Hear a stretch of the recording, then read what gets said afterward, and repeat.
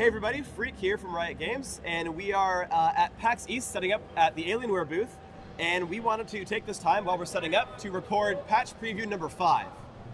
So the first thing we're hitting, Morello, is tanky DPS again. So where are we hitting them and why?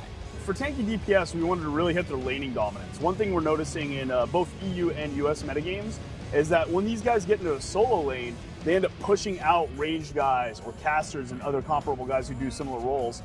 And so we figured the best way to do that was to just hit some of the things that are giving them laning power.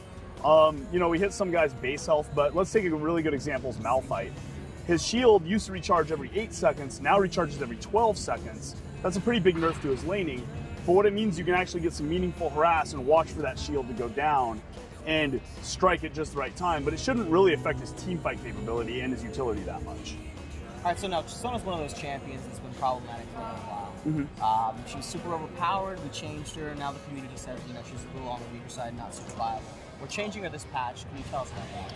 The reason we had to make sure she wasn't too powerful was because she didn't have a lot of decision points in her kit. So it felt like when you got beat by Sona, it was just somebody, what we like to call the Sona stance, where you just take your talons and you just mash the keys with it.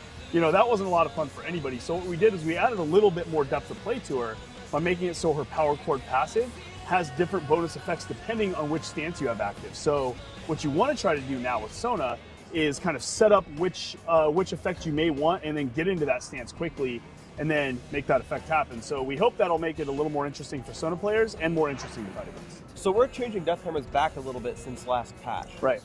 Where are we changing them and why? So death timers are a really important aspect of game pacing. We dialed them way back in the last patch, and we're actually happy with a lot of the results in the early game with that. You know, it feels a lot less punishing to die, and that was the goal.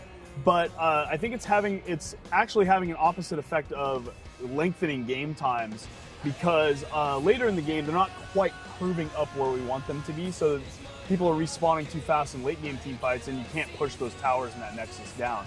So between levels 4 and 17, we've actually increased them up so that curve is sharper. So early game, very early kills, first bloods shouldn't be much different than what you see on live, but mid to late game, it should start taking a little bit longer. All right, so in our last update, we did some changes to minions. Throughout the week, we saw there were some problems, so we rolled it back. Are we going to be doing anything else to make that a little bit better? As we discussed last patch preview, we wanted to shorten games with this and have minions start being a threat. You know, we overshot on that, so we've dialed that back a lot, and we think where it's at's a lot better of a place. In the future, to shorten games, I think we're going to stay away from minion style balance, and we're going to move maybe more towards tower and how champions push down towers instead. Thanks for tuning in to this episode of the Patch Preview Series. If you subscribe to our channel and leave a comment below about which change you're looking forward to the most, we'll pick a few random winners to win a free League of Legends t-shirt.